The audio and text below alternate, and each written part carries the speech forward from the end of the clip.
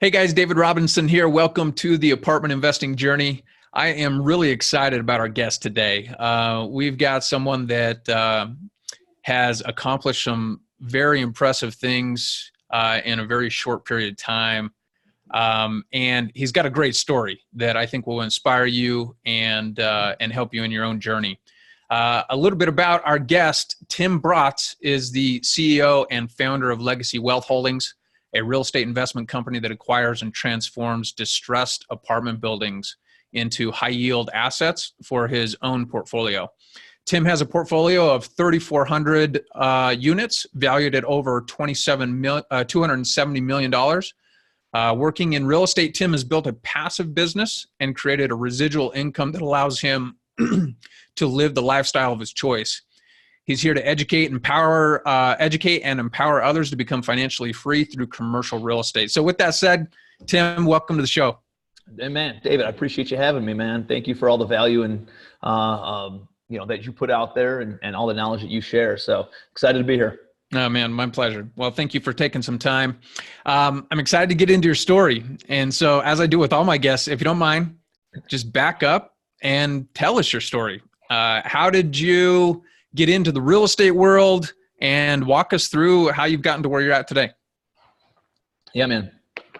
So just as a quick heads up, I just got into my, actually, let me tell the story and then we'll get into it. Yeah, let's do it. You might see some people walking in the background. That's great. I got some stuff going on at the house. Cool. So, yeah, man, I was going through college when the market was going gangbusters, 03 to 07. Everybody's making money in real estate. If you want to make money, you want to build wealth, get involved in real estate. And so as a 20-year-old kid, that's what motivated me back then. And after I graduated from college, I got into real estate. And I'm from Cleveland, Ohio originally. My brother was living out in New York City and, working for the government out there. And he said, hey man, come and live with me and find a job out here. So I knew I wanted to get involved in real estate. Didn't really know what. I looked at mortgages. I looked at the brokerage side of things because I thought that's how you got involved in real estate. I didn't understand the world of investing initially. And so I took my real estate license when I got up to New York City and went and worked for this little boutique commercial real estate firm. And they did a lot of like investment sales, retail leasing, office leasing, all that kind of brokerage stuff. And so, Manhattan is where we were headquartered, and everything on the ground floor is retail space, ton of office space there. And I would just go and cold call on different businesses that wanted to either expand or landlords that had vacant retail space, and got a couple of listings, which is, pretty decent as a punk 22-year-old kid. And took me about 8 or 9 months to close my first deal. And it was a little 400 square foot, used to be like this art studio, 400 square feet in the Greenwich Village area of New York City, and ended up leasing it to a falafel shop for $10,000 a month, 400 square feet. And it was a 12-year lease term. There were 4% annual escalations. And if you do the math on that, 12 years, 4% increases, everything, it was like 1.8, 1.9, I think, $million that this landlord was going to make over the next 12 years for doing something at one point in time. And the idea of residual income and passive income really got planted into my mind. I was like, I need to be doing that instead of brokering real estate. And so, looked at some stuff to try to buy up in New York City. They're just, 22 years old, I don't have any money, and it just wasn't going to happen. So, pretty bad winter. I decided to move down to Charleston, South Carolina, is actually where I'm talking to you from right now. I'll come full circle on this story because I just moved back to Charleston 2 days ago. Oh, cool. Yeah. And I was down in Charleston, South Carolina. I lived there from 2008 to 2013 about. And when I was down there, I bought my first house. I go through this whole process of like just inundating myself with education and taking all the courses and signing up for all this online stuff and, watching the YouTube videos and following the gurus and all that kind of thing. And for 6 months, man, I just went all in on the education side. And I realized that you don't learn how to swim by reading about swimming in a book. You learn how to swim by jumping in the water and actually doing it, right? And I think real estate's the exact same thing. You got to just go out and do it. As much as you want to read, like you're going to get kicked in the teeth. You're going to trip and fall forward and have all this stuff happen. Just it's part of the process, right? It's part of the education, and you pay lots of money to go to college and to go to school. And guess what? You lose lots of money, and that's how you're educated in real estate. At least that's how I did it. So, I've been in real estate for 11 years and really only got good about 3-4 years ago. It's pretty bad for the first 7-8 years of it. But I went out and I found the cheapest house on the MLS, and it was a little dumpy duplex for $25,000. This is 2009 now. So this is like spring of 2009. I think I bought it in May. And it was a little dumpy duplex, $25,000, the cheapest on the entire MLS. And cool, awesome. There's $25,000 property. Only problem was I didn't have $25,000. So how do you go out and find $25,000? I could have told myself, you don't have $25,000. Don't do it. You can't do it. And then go back to finding a job or something, right? And I think a lot of people, what separates people who are really successful versus people who are not, or just kind of going through the motions of their daily life, is that some people listen to that inner voice and they just say, hey, I can't do something, to make a statement, usually a self-limiting statement, and it just shuts down their brain and they stop thinking about what the possibility is, right? Versus, like, I was never that person. I was always like, well, how could I find the money? You know, who does have money? And I started asking myself questions. I think when you ask yourself questions, it leads you down this path of actually getting answers, or asking better questions, which lead to better answers. And you just become more resourceful. You become more of a problem solver if you ask questions versus making a statement. And so for me, I always like, how could I find the money? Where could I get the money? Do I have any relatives? Do I have any friends? And again, I was 23 years old. This is Penelope. Say hi. Hey there. That's David. So I end up going through this this questioning process of how do I go out and get the money? And I ended up, none of my friends have any money. We're all 23 years old. They're all blowing it at the bars, right? I had a few $1,000s saved up, really, that I was living off of. I had about 10 grand, 9 grand or something saved up. I spent about 5 of it or 6 of it over the course of like 6 months of studying. And so I only had a few $1,000s left, but I had this credit card, and I had this credit card that had a $3,000 limit. I had gotten it when I graduated from college about, a year and 2 months before, maybe 15 months prior. And I had a $3,000 limit on there. But I remember reading somewhere that I could actually call up the credit card company and they would increase the limit if you just ask for it. And so I called up my credit card company and I said, hey, I'm about to make a big purchase. Is there any chance that you can increase my limit? The lady on the other line says, yeah, sure. Like, how much of a limit increase do you need? And I said, I need $100,000, probably with my finger like this, $100,000, right? And she starts laughing at me. She's like, I'm sorry, you've been an amazing customer for the past, 13 months that you've been a customer of ours, but we're just not going to give you a $100,000 increase on your limit. I said, well, how much can you give me? She said, we'll give you 15. And I was like, done, So they increased my limit. I get some of those balance transfer checks. And it was one of these things where it was $200 one time, no interest charges for 6 months. So I'm like, dude, I can finance this thing, at least $15,000 of it for $200. And so the cost of capital was pretty low. And then I used the other $3,000, $4,000 that was in my bank account, and I actually did the work on the property personally. And so I love you, baby. Can you sit right here? No. Hey, she wants to be in the show. Come on.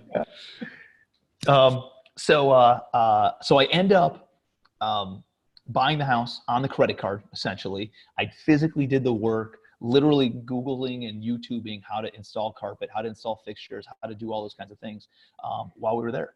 So we ended up, when I say we, I had a buddy of mine who I literally paid in pizza and beer to come and help out, and we renovate the entire house. I create some signage and I pass out flyers and I put some bandit signs out, and I end up holding an open house. And I had one of the neighbors came in and offered me $33,000 for the house.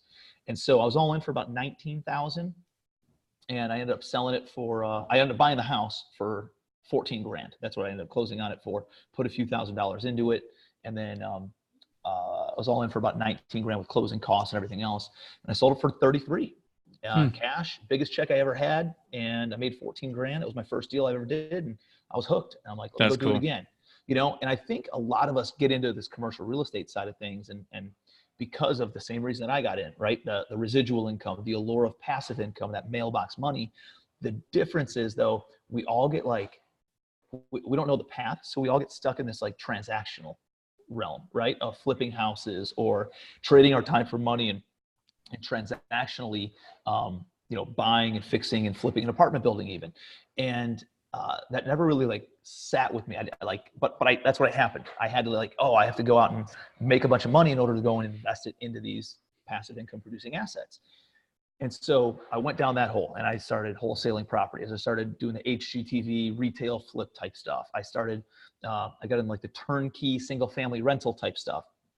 And then I got some small apartment buildings, but really it was more flips. You know, I'd buy an 8-unit building, fix it all up. I'd be all in for 80,000. I'd sell it for 140,000. You know, this is like 2012, 2013, when the market wasn't as good as it is now. And it was always transactional, and I just kept on trading up, and I was doing all these different things and doing property management and all this stuff. And I remember sitting back about 2.5, 3 years ago, and I looked at like where I was spending my time, where I was making my money, where I was building my wealth, and realized that like 90% of my net worth came from apartments, but it was 10% of my time. I had a few hundred units that we had built up, and I'm just like, I wonder if I just took my team's resource and my team and all my resources and just pivoted and told my acquisition guy. I remember going in that Monday, I'm like, hey, listen, you're not looking at houses anymore. You're only looking at apartments. Took my project manager. You're not renovating houses anymore. You're only renovating apartments. And took my dispositions guy who was selling houses. You're not selling houses anymore. You're only managing and asset managing apartments. And that's what we did. And I think, you know, a lot of people are afraid of like burning the ships and how am I going to pay my bills. And I understand like the conservative and safety net type mentality of not wanting to quit your job or not wanting to give up something that's already making money and stuff. But I do think there's a significant amount of value and power in just making a declaration to the universe of saying, this is all I'm doing. Because every time I've ever done that, you know what happens? The universe comes and gives me those opportunities. The next deal that comes across my plate after that Monday was an 11-unit apartment building in an A-class area, and we got it under contract for $225,000. Turn around, and I still needed some money. It was a lot of work. It was a lot of work for a small building, and it would have taken a lot of my team's time and resources to manage that over the next 12 months versus just wholesaling it. And so I ended up contracting it for $225,000. I sold it for $330,000. 30 days later, pocketed about $87,000 net to me and my company, which then gives us enough breathing room to go out and do more deals. Found a 20-unit apartment building, found a 24-unit apartment building, came across a 74-unit apartment portfolio, bought a 48-unit apartment building. And then boom, I had about 600 or 700 units in beginning of 2018. And this portfolio comes across at 700 units down in Georgia, 730 units down in Georgia. And it's just like totally distressed. Couple guys out of New York, some brokers out of there, or not brokers, Wall Street guys making millions of dollars on Wall Street. And they think just, oh, I don't need to know anybody. I don't need to get educated on this. I don't need to interview the management companies. Let me just go and park money in real estate. It's passive, right? No, it's like you and me going to a restaurant and saying, oh, we should open a bar, right? We should buy a restaurant. Right. We eating here, so why couldn't we run one? Dude, it's a different business. And so these couple of Wall Street guys bought these properties a couple of years before, got just hammered by the management company, totally beat up. And what happened was the property was like 50% occupied and needed a ton of capital improvements. And it was just a tough property. So it was too big for a lot of the small investors because they couldn't qualify for it. And it was too screwed up for any of the hedge funds or REITs because none of them wanted to put in the work. So I was kind of in this little niche, this little pocket where I could qualify for it. And I was willing to do the work. I was willing to roll up my sleeves, get my hands dirty a little bit. So we ended up making an offer. I bought it for $15,000 a unit, and I put another $20,000 a unit into it. This is 2018, man. So this is 2 years ago, and this is really the portfolio that boom took you to another level. Yeah. Because now I was at 1,500 units. Yeah. You know, that took me from like 600, 650 or whatever to about like 1,500, whatever it was.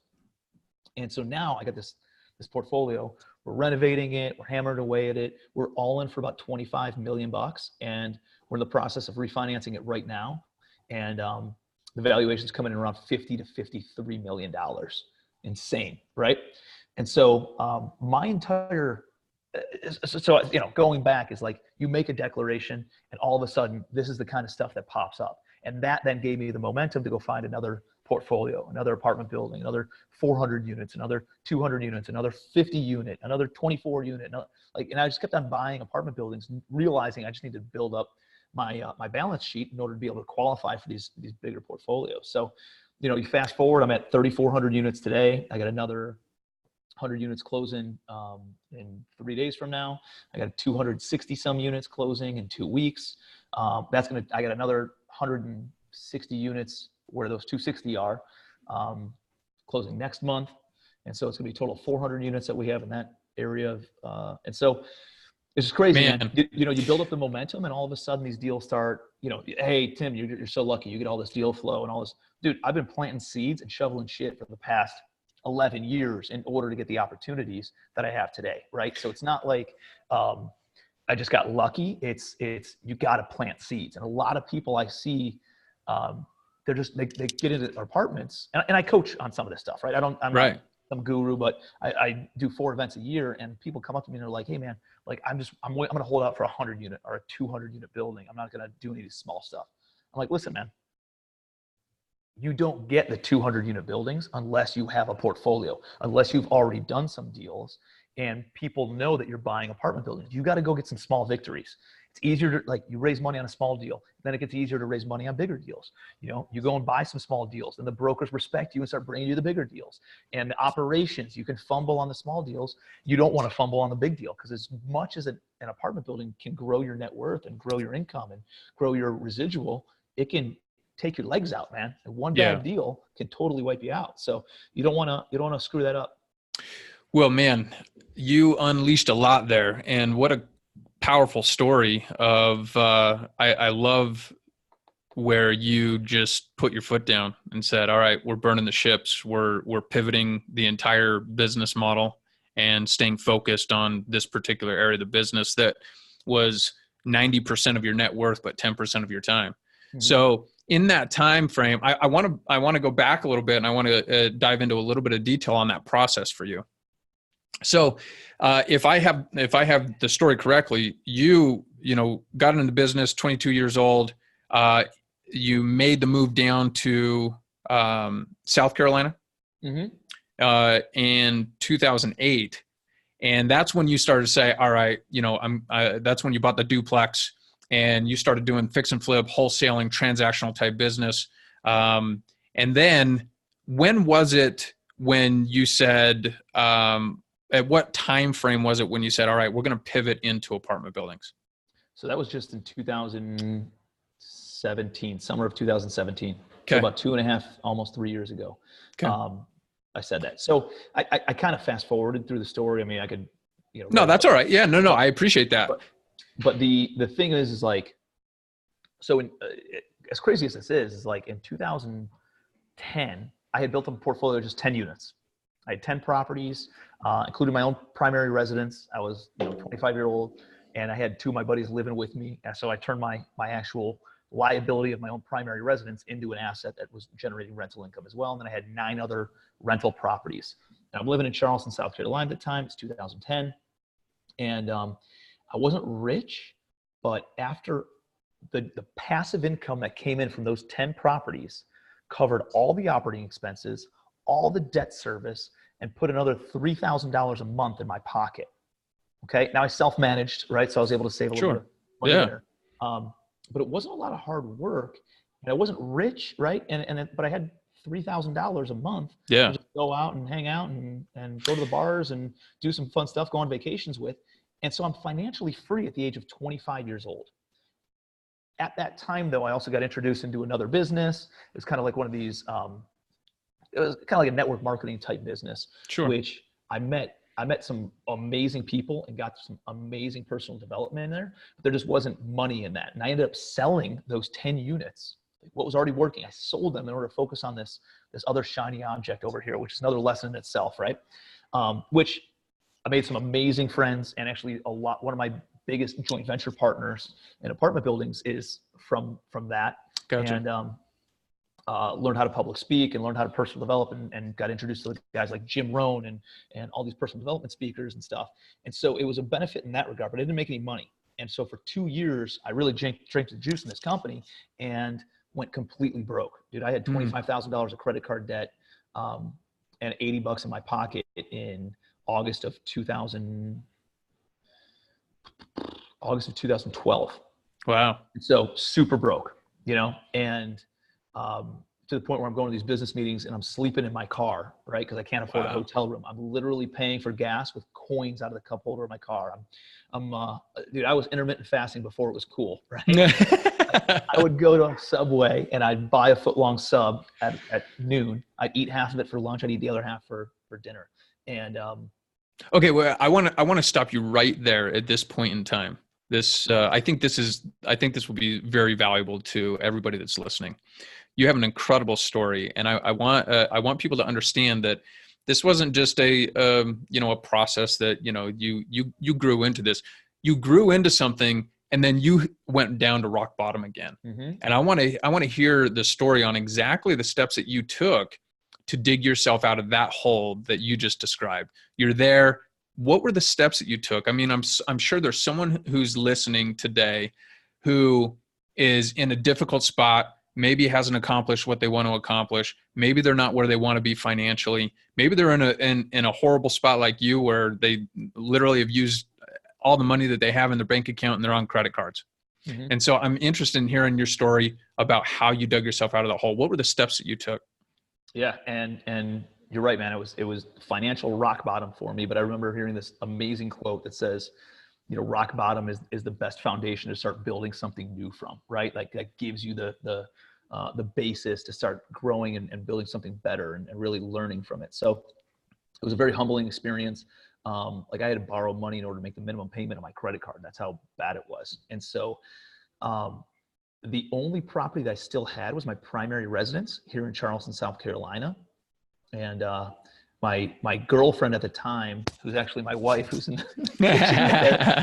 she's gonna hear all the story again. Here we go. She didn't know when we were going through it, right? And it was one of those conversations. We were dating for 6 years at the time, 7 years, something like that. And it was like, where's this relationship going? Right? So it's all this personal and relationship stress, financial stress. Like, I don't know, I can't see out of where I'm at, right? Like it's one of those things where I just don't know what the answer is. And so the only thing that I could possibly do is I looked at, hey, like I had zero cash, but I had this one asset, this real estate. Went back to real estate, and I said, hey, I got this one property. The only thing that I can do is sell it. And it was like my home, right? Like I lived in this area called Mount Pleasant in Charleston, South Carolina. Every day I'd go for a run on the Isle of Palms. Like, just sounds like a nice place to live, right? And it was amazing. But I realized that like I just needed to get a fresh start, right? And I needed to start all over. And so I ended up selling the house, took about $50,000 out, paid down my credit card, paid back some debts that I borrowed in order to make those credit card payments, bought an engagement ring, and then proposed to my wife, moved back to Cleveland, Ohio, which is where I'm from originally. So in 2000, like right around Christmas of 2012, there's a few months after that rock bottom position, I kind of got out of that. And again, I said no more to the network marketing stuff that I was doing. I said, I'm going to get back in real estate.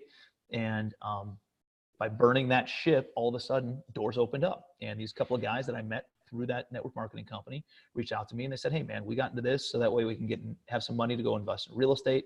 Why don't you do the work and we'll put up the money and we'll figure out a way to carve it up. And so, so what were the steps? So you make that connection, you've burnt your ships, you're now newly engaged, mm-hmm. and you paid off the debts, you had, whatever's left again, right? Okay, like, cool. Back to Cleveland, Ohio. So what was the first step? So the first step was figuring out how do I come back up for air. And that was, I had to get some sort of money or some sort of income in. And I could have gone and got a job, but that would have been, the only real answer was selling my house. And so I had to sell the house. I moved back to Cleveland, Ohio, lived with my parents during this engagement period with my fiance, now my wife. And I didn't know, like I got back to I was about to move back to Cleveland, Ohio, and I'm starting looking at properties on like Zillow, and I'm trying to figure out, if I know anybody with some money. And I knew a few people with $10,000, $15,000 or $20,000, but nobody with like a lot of money. But fortunately, it was the bottom of the real estate market. And so usually it's either heavy on deals and not a lot of money, or it's heavy on money and not a lot of deals, right? And so right now it's really easy to go out and get money, but it's really hard to find deals. Back then it was real easy to find super cheap deals, very hard to find money, because everybody's saying run from real estate.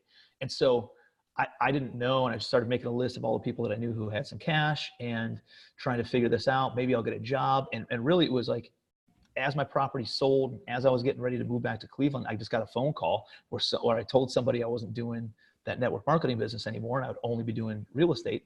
And they just reached out. And so they said, hey, why don't you come out they were in New York at the time, come out to New York, we'll sit down, we'll come up with a business plan. I went out there, it was two brothers, and actually potentially three brothers, and they each had 22%. I had 33% is what we decided up doing. They put about $300,000 up, and I just started buying cheap houses. We started fixing and flipping single family, like low end houses, so a couple higher end houses. And then I bought some single family, just like hood stuff, right? What location were you in, or where were you buying? Okay. I was buying Cleveland, Ohio. And they're in New York still?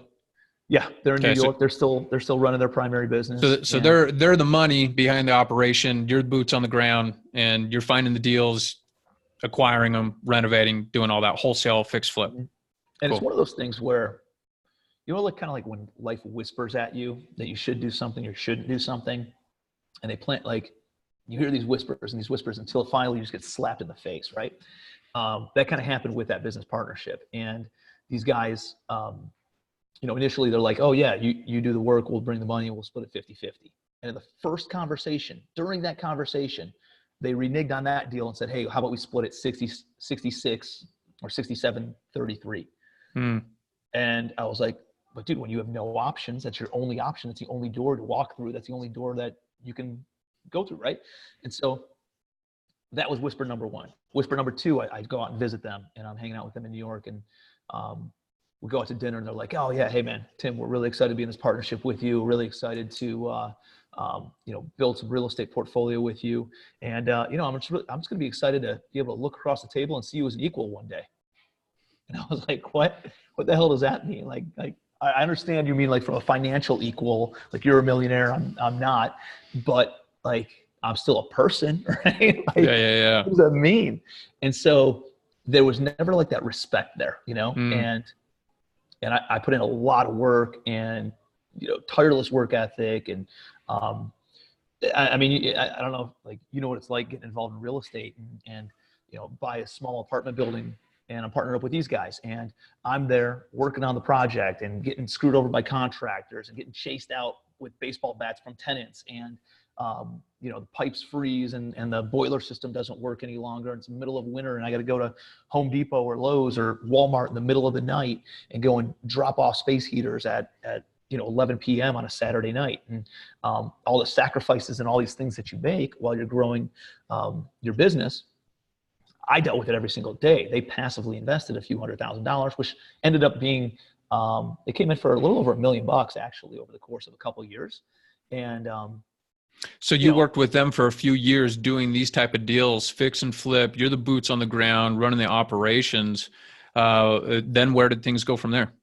Yeah, so that after that first year of doing a little bit of everything, I really liked the idea of buying rental property and flipping rental properties, because it didn't have this holding cost, and it wasn't vacant, and it wasn't as emotional as like dealing with somebody who's going to be an owner occupant. If I didn't sell the property, I didn't care, because I still had cash flow coming in. If I did sell it, phenomenal, I could do a 1031 and roll it into something else, right? And so we really focused on apartment buildings. We got up to about 130, 140 units over the course of a few years. With these same partners? Yeah. So it took about $1 Gotcha. million and turned it into about $3.5 million worth of property. I mean, today, shoot, it probably worth $10 million, right? Sure. Yeah. So from Christmas of 2012 to about Christmas of 2015, about 3 years. Wow. And you know, it was again one of those things where like I didn't value myself very highly, and so I said, hey guys, I don't want to be in the same position financially as I was before. I don't need much living expenses. Can you pay me $3,000 a month? Is all I wanted from a salary, and they paid me it for about a little over a year. It was about 15 months, and then they just took it away, right? And so essentially they said, hey, we had a bunch of money in a 1031. We were going to roll into something else, but we didn't have the cash flow. And they're like, hey, we don't have the cash flow to pay that. We just can't pay you a salary anymore. Sorry. And then it was like a year later, we sold some property and we sold some flips and we made some income that we had to deduct or had to pay taxes on. And I wasn't making any money from this. And all of a sudden I had this tax bill come up. I'm responsible for a third of it because I'm a third owner, but I didn't have any of the money in order to pay it. And they just kind of expected me to figure it out. Right. And they wouldn't even offer any sort of like distributions in order to pay that tax liability. So it was like it was just, you know, thing after thing after thing after thing. And then all of a sudden I go and get my real estate license. I start brokering real estate in order to just kind of keep my head above water again. I had a daughter on the way, and like my wife was pregnant with our first child. And all of a sudden, What year is this? What year is that? 2015. Okay. 2014, 15. Okay, great. And so you went and got your real estate license. You started brokering to make some money. It was in February 2015. Yeah, I got my real estate license, and my daughter was born in April of 2015. And then, so did you cut ties with them completely? No, we still owned a bunch of property, but I didn't have a salary, didn't have any income, didn't have any money for tax liability. I started brokering real estate, and then they came in. They're like, "Hey, man, I think we're entitled to 67% of all your brokerage commissions too." And that was kind of like the straw that broke the camel's back. That and another deal that we were going through, they had some stuff on their record where they couldn't qualify for a loan. We had always done everything in cash. Everything was good on my part, but they had some trouble qualifying, and the banks wouldn't lend to them. And they essentially, you know, asked me to do some things that I wasn't comfortable doing. And between that and me brokering and them asking for money and all that stuff, everything culminated, and we both started lawyering up, and we went at each other's throats. And it was a really, really stressful time for a couple of weeks there. And eventually we just said, hey, listen, the only people getting rich here are going to be the attorneys. Let's just sit down. Let's figure this out. Let's liquidate the portfolio, right? We don't want to be partners anymore. Let's just sell everything. And so that's what we ended up doing. So that happened in like end of 2015. We decided to start liquidating the portfolio. In 2016, we sell everything. And what that allowed me to do, though, is eliminate the non-compete that I had and start buying other properties. So end of 2015 is when I started building up my current portfolio, 3,400 doors that I have today. And so I had enough of a reputation where people knew that I kind of bought apartments. I never really did it to a big scale, but I was kind of doing it before anybody else was. Yeah. And, so I had a little bit of caught the wave a little bit sooner. And I'm assuming that your portion of that portfolio was also a chunk of capital that you now had free to be able to deploy and move forward on your own. In 2016, when it started liquidating, yes. Yeah. Okay. Now we had to pay them back first, right? And then as other properties sold off on the tail end after they've been made whole, so I started getting my money in like end of 2016, and then like beginning of 2017, I think is when I got totally cashed out. Gotcha. So yeah, I had some money that came in from that, so that helped, you know, do everything. I went back into flipping turnkey houses, single family houses, and I built up one of the largest residential management companies in Greater Cleveland. Ended up selling that because I didn't want to do that anymore. That's when I had the epiphany of, hey, I built up a couple hundred units from 2015 into like 2017 again. So I built up another few hundred units just on my own and with some other partners and joint ventures. So I don't like partnering and getting married to business partners, but I love joint ventures on a one-off type of, right? Deal specific. Exactly. If that one deal goes south and it's one deal, it doesn't adversely affect the rest of your portfolio. So like this one partnership breakup did, I had to sell everything that I dedicated, 4 years of my life to. And so it was really, really stressful. There were some really good buildings that I would have loved to keep that are worth, 3 times as much as what we paid for them today. So hindsight's 2020. What it did was it opened me Sure. up, right? Yeah. So Okay. So now you're 2016, you're back on your own, you're starting to do some more fix and flip stuff. How did you make this transition into where you're at today, which is really, from what I understand, 100% focused on larger apartment buildings and, for the most part, joint venturing on all of those deals, if I understand your model correctly. So maybe if you can mostly, just yeah. sort of walk us through that portion. How did you make that transition into where you're at today? Yeah. So I never got into I just post on social media to try to give, right? I truly believe that wealth is an abundant type thing. It's like sunshine. You getting sunshine doesn't take any sunshine away from me, right? And so I don't know. I just try to give and I try to educate and share information with people. And what happened was just telling people that I was buying apartment buildings and how I was structuring them. All of a sudden, these deals started coming to me from residential wholesalers, residential flippers, residential brokers that didn't know how to underwrite an apartment building, but they came across those deals and they just started sending them to me. And so I bought this I bought a 9-unit building and turned it into my office.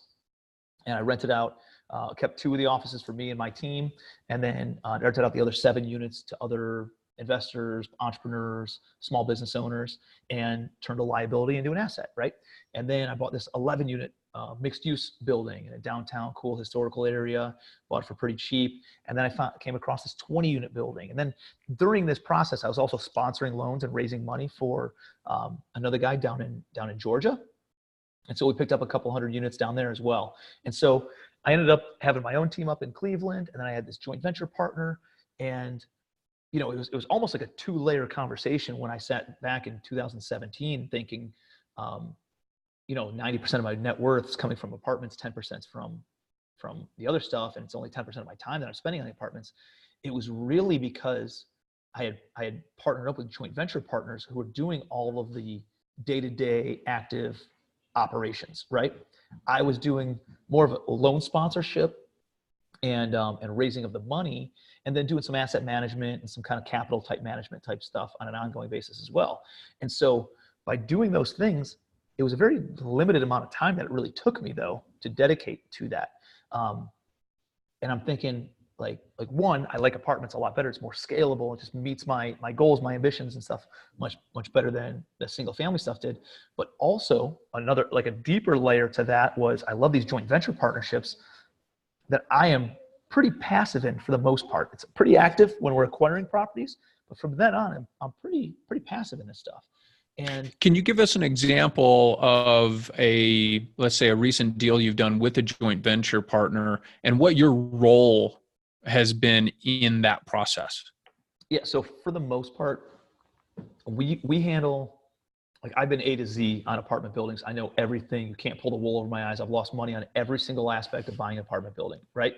And so because of that, we're very good mentors and very good coaches and very good asset managers to make sure that somebody who's newer, who might not have that amount of experience, doesn't fall on their face like we did early on.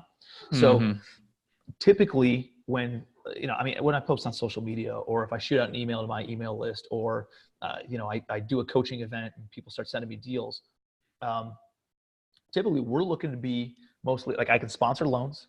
I can raise the money, raise the equity, bring some of my own equity as well. And when we're doing a lot of asset management type stuff. So that's anything that can be done remotely. So we're hopping on a phone call. Let's say you and I partner up on a deal. And let's say we found a property in whatever. I'm buying some stuff in Springfield, Illinois, right? So we find an apartment building in Springfield, Illinois. You're local to Springfield, Illinois, and we'll sponsor the loan. We'll raise some money, and we'll do the asset management. So we hop on a phone call every single Monday with our joint venture partners, the project managers, and the property management company. And we just do kind of like a roll call and go over all the KPIs, all the key performance indicators and all the metrics to make sure that the needle's moving forward on that deal. And so if it's not, then we hop in and we share our resources and make sure that the scope of work is where it needs to be and all those different things.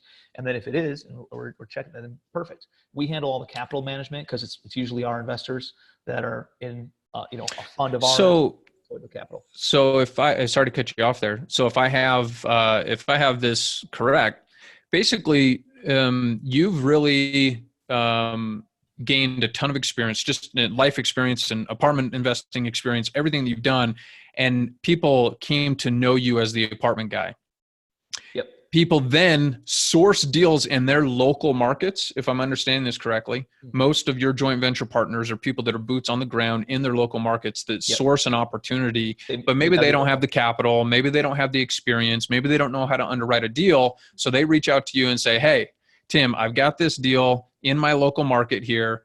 I feel like it could be a good deal. And you help them in actually take that deal down. Am I understanding your model correctly? 100%. So we assist. Awesome. Like we actually almost rip the ball out of their hands and just let them watch from a third party vantage point, like a fly on the wall. Yeah. How the negotiations go, how the due diligence is done. And so they're getting an MBA in real estate just from watching us in the operations side. So, and they're getting equity in this deal. So depending on whatever they're involved with, sure, versus what they're not involved with, and how much value they need from us versus how much value they can bring, we'll carve up the equity in a way that makes a lot of sense for everybody, and it's kind of done as one of those, I don't even know what it's called. It's like one of these buy and sell agreements where, Dave, if you make an offer to me to buy me out of our company that we own together, you got to be willing to take the same offer, the same valuation, right? Yeah. And so that's kind of how it's done. It's like, hey guys, if you want me to sponsor the loan, here's how much I would expect for sponsoring the loan.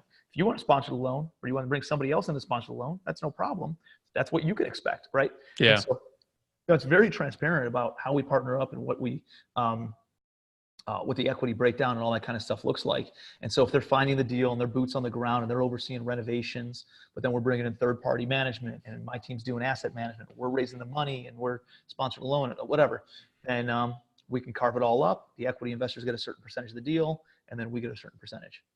That's awesome, man. And I think it's a valuable service and really just a ton of value that you offer to those that want to get into this space. Maybe they're willing to put the elbow grease into finding the deal and sourcing the deal, but maybe they don't have the confidence or the resources or the connections or the balance sheet to be able to go and take the deal down on their own. And what a great opportunity to partner with someone like you and your team that has a ton of experience. So that's awesome. I'd like to, we've gotten a little bit longer. So if you have a few more minutes, I'd like to dive into this particular deal, the 48 unit in Cleveland, and just dive into some of the nitty gritty on this specific deal. So if you can, maybe just describe the asset to us.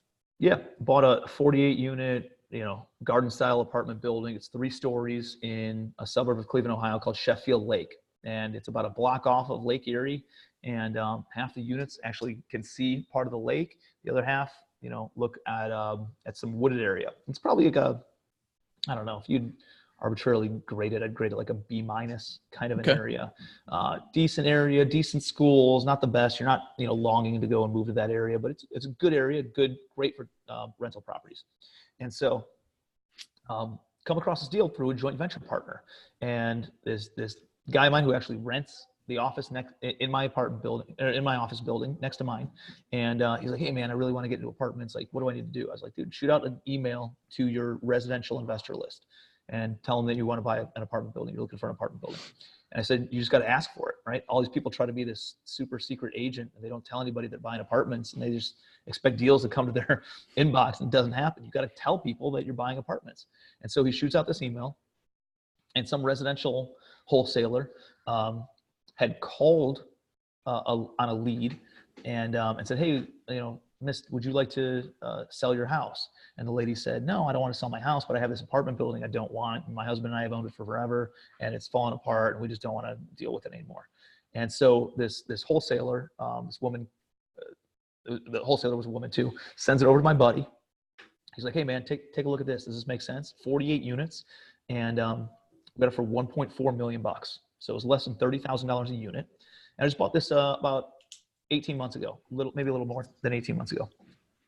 And, but it needed another $500,000 worth of work. So we had to put We did flooring, paint, fixtures, just spruced up the mechanicals, did some exterior work, did a parking lot, redid the roof, had a bunch of plumbing issues that popped up, and all those different. Also, we're actually probably into it for more like $650 now, I think, with some of the plumbing stuff. So we're all into this thing for, let's say, $2.1 million all in with closing costs and everything. How'd you finance it?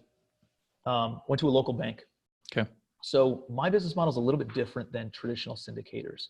I like a lot of traditional syndicators, a lot of the gurus out there, they teach you to go and find something that's stabilized. The issue with that, though, is if it's stabilized, the seller's not that motivated. And so you're going to be paying a retail price for that property. And then you have to speculate on appreciation for the next 5 or 7 years in order to hope that values go up and hope interest rates stay down and hope that you can refinance or sell it 5 to 7 years from now. And that's cool. Like that makes sense for some models. And for me, coming from the residential side of always doing the value add, deep value add deals, repositioning the asset. Yeah, and flipping houses and stuff. I would never want to be all into a property for more than 65 cents on the dollar, because then I'm into it for too much. So when I got into apartments, I never went to a course. I never read a book on this stuff. I just kind of took the same philosophies from residential flipping and brought it into apartments. And so what naturally just made sense is I need to be all in for 65% of the after repair value or of the stabilized value. So on a building that's worth $10 million, I need to be all in for $6.5 million.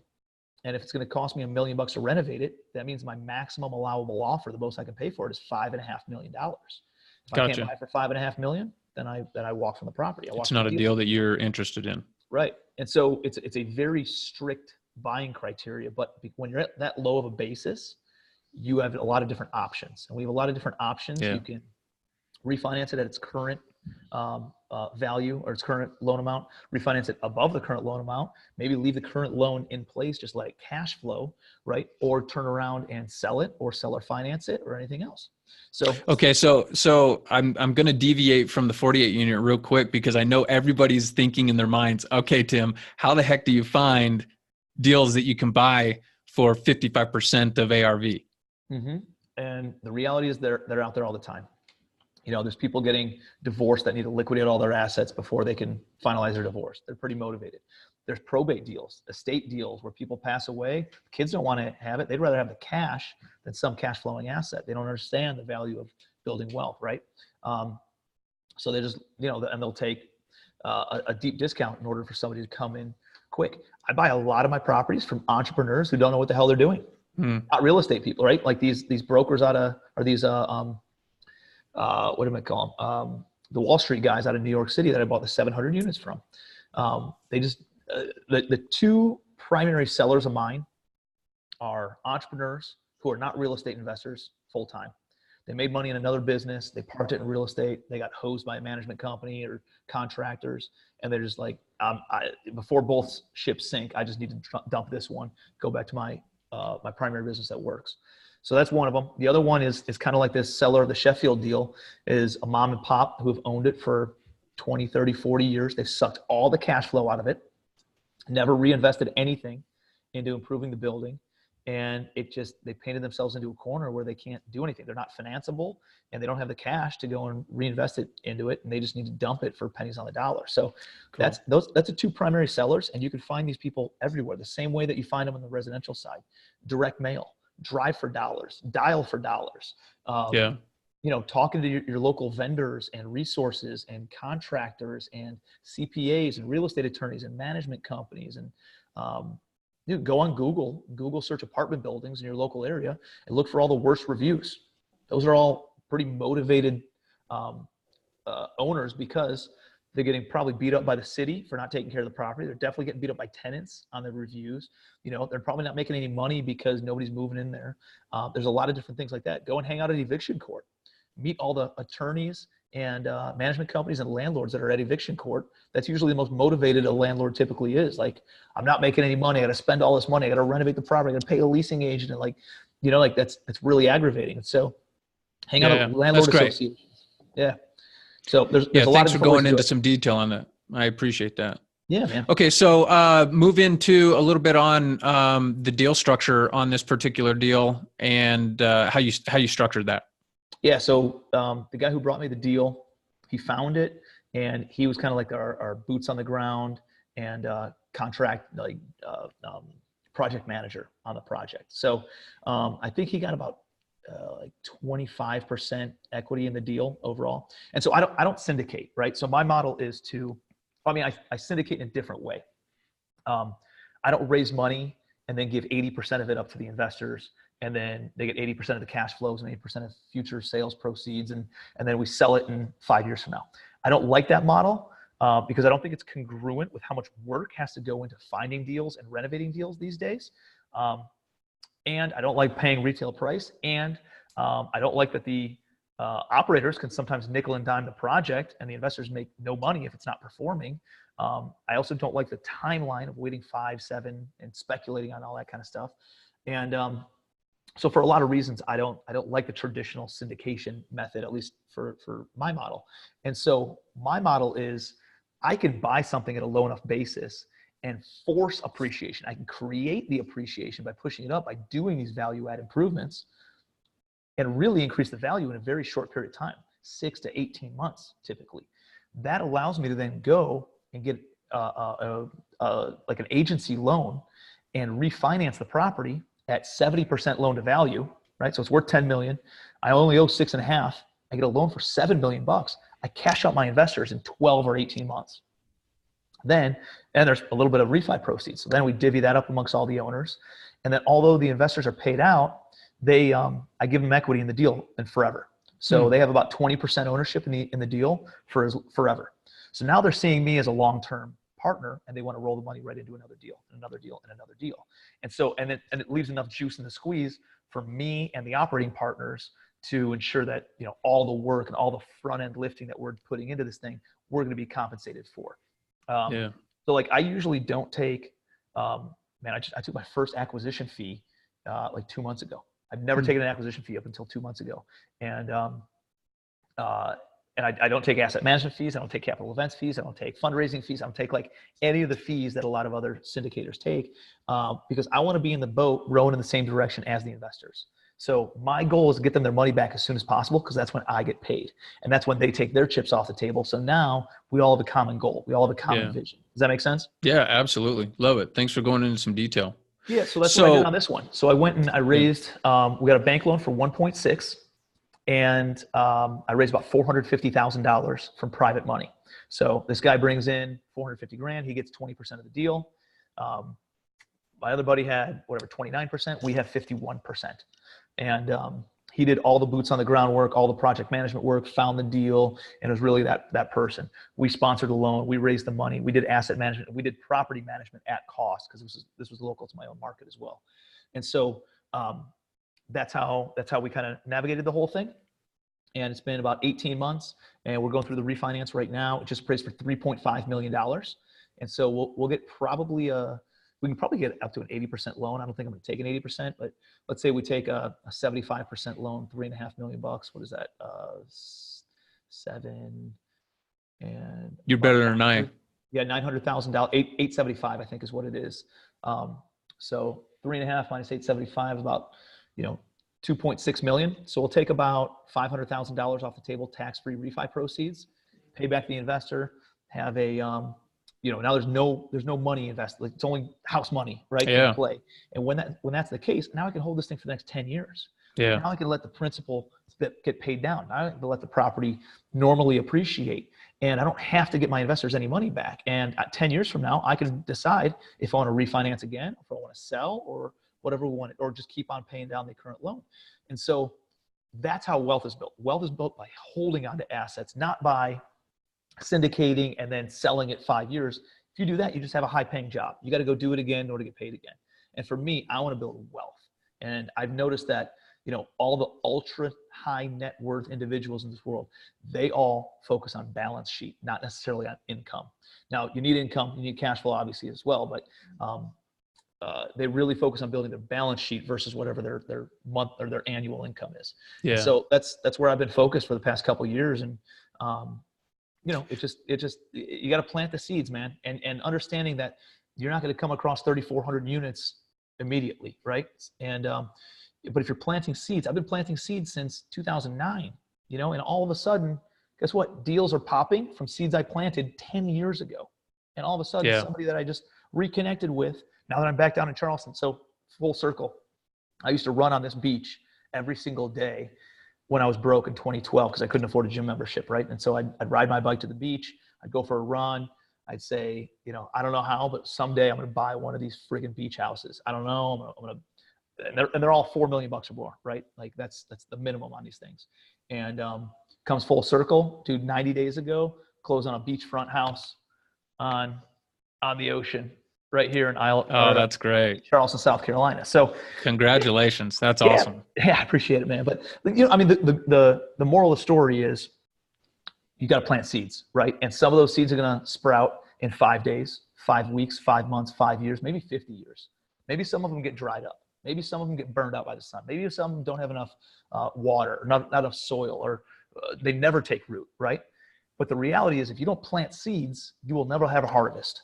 You have to plant seeds. And although you don't see it working, it is working underneath the surface, right? Like there are, a seed has to take root before it grows up, right? So it's working and it's growing underneath the soil. And although we don't see it, it's kind of like working out, dude.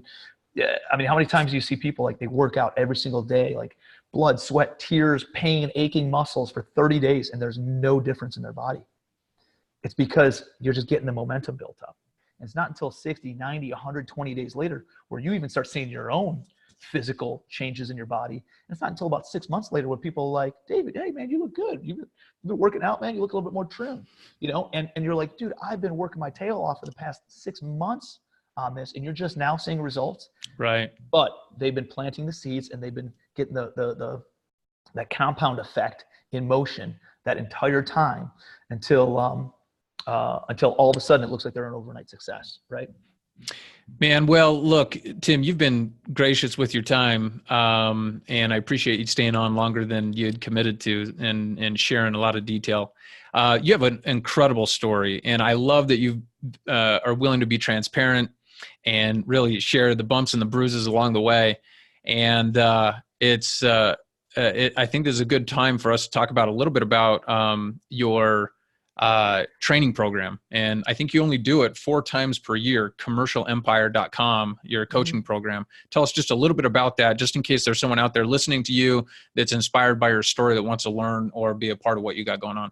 Yeah, I appreciate it, man. Yeah. And listen, I'm not a guru. I'm a do-ru, right? So right. I go out and do deals, and every time I post about a deal, people are like, hey, can I sell you a deal? Can I buy a deal from you? Can I lend you money? Can I joint venture, or can I pay you to coach me on this stuff? Right. And so I thought, hey, this is a way, because I built up a big management company and I hated the overhead. And so, but I love these joint ventures. And so it goes back to like, why I got into real estate and why I got into commercial apartments and why I got into doing joint venture deals. I'm like, you know what? I could probably train some people, educate them, and guess what? They can go out and buy their own apartment buildings and we give them all the information that they need.